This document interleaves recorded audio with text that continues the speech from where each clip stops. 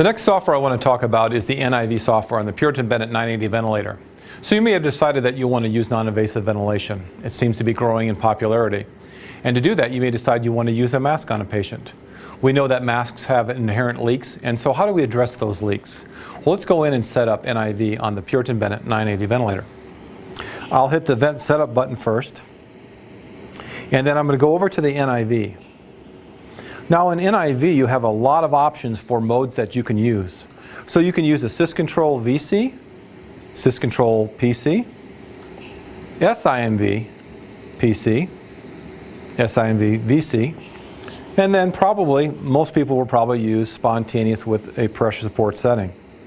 So I'm going to start with, let's just say, maybe 15 centimeters here. I've got a PEEP of about 5, and maybe I'll go to maybe like 12. And then I've got my sensitivity setting, O2 percentage. You have high pressure alarms as well.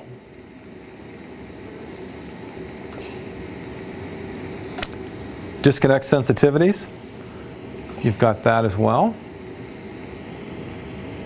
And this is going to reflect our leak sync software, so we'll get a better idea where we need to set that in a minute.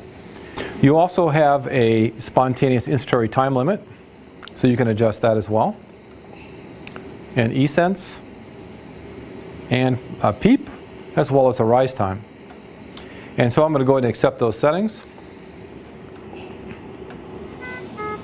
And NIV is basically represented over here on the lower left-hand side. There's a little yellow, basically a display of NIV, which alternates with the spontaneous breath type that we're in.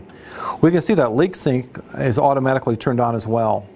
Now, to make this a little more realistic, I'm going to go ahead and create some leaks in the system. And we'll kind of monitor the breaths here.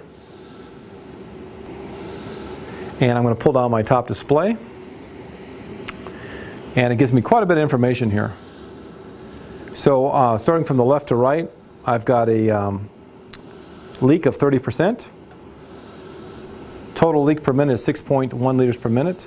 And that's going to help me set basically my descents. So I look at the absolute leak per minute, and then I set my descents above that relatively close. Then you have the absolute leak amount as well. So most importantly is this last number over here is spontaneous inspiratory time.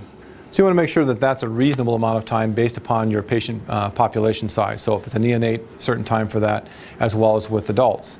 In addition to this, if I go under the more settings area, you have the descents alarm, and this is the important one to make sure that you set appropriately. So based upon whatever the total leak rate was, and so we had the leak rate before, and I'll pull that down, and our leak rate is really pretty small right now. It's around 5 liters per minute. So that 5 liters per minute I'm going to keep in my mind, and when I set this alarm, I'm going to say, well, if it's only 5 liters per minute, I'll set this lower so that will capture any kind of additional leaks that might be in the circuit. So with that, I'm going to move on to the actual alarms that you'll set. So let's go under the alarms. And you're going to set your traditional pressure alarms, rate alarms. You've got minute ventilation alarms, exhale total volume alarms, and spontaneous volume alarms as well. So in summary, you will set all of your traditional alarms as well as your disconnect sensitivity or descents alarm based off of the total leak displayed.